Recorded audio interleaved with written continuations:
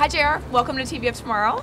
I know you just sort of gave your keynote speech. Tell me a little about some of the new products you guys are launching. Yeah, well, we just released our next version of the Disney products across iOS and Android and some other platforms. Really an emphasis on getting more and more content types and more activities for the kids to sort of interact with to improve engagement within the app, get people through the sort of the authentication wall and really stick with us as our branded products across all those different platforms. So there's more than just sort of Disney programming in these apps now, right? There are experiences, which I'm assuming will extend time spent. Tell me a little bit about some of those experiences. Yeah, I think the biggest one is we introduced games and sort of light level gaming within the application. So what was primarily just a video experience is now sort of a more immersive experience with the introduction of those games, and the games are really interactive and really fun to play, sort of tied back to some of the key programming on the networks.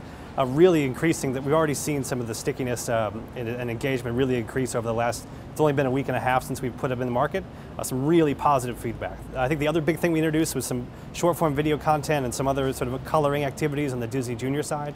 So all things that are really sort of catered to the kids and really are key and speak to the brands across and take advantage of the interactive platforms that we have there. And you've also added some Spanish language content as well in the application, correct? On the Disney Junior side. We noticed that, that we were over indexing in the Spanish language speaking households on those platforms, especially with Disney Junior. So we thought, hey, this might be a great opportunity to introduce this content and see what happens there and really provide some extra value to the consumers.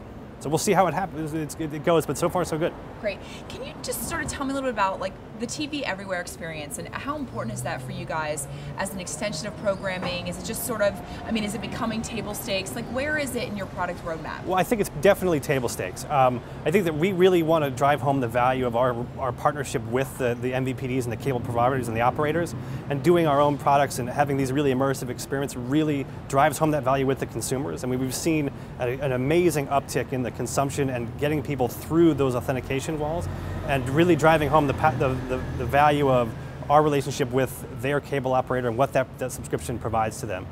Awesome. Providing them content anywhere, sort of anytime across all these platforms. And what are you seeing as far as how your audience behaviors are changing? Because you do have such a unique audience. Yeah. What are you seeing that is the most exciting for you from the perspective of building new experiences to focus on these guys? Yeah, I think the sky is the limit. Really, the opportunity is barely even defined yet. Really, we started a couple years ago on the Disney side with our Watch Disney products. We just, like I said, reinvented those in the last couple weeks. We're working on ABC now, and really, the future is sort of boundless and limitless. We can figure out how to connect with the consumers on these platforms and really get them to feel and be engaged with our content, no matter what that content type is. So, we're looking at every possible angle to really connect with the consumer with the content. And I think, the sky is the limit on what we can go and do and what we can go achieve. Awesome. Well, JR, it's always a pleasure to talk to someone Thank that you. is so excited about their work. Thank you. Thank you for your time. My pleasure.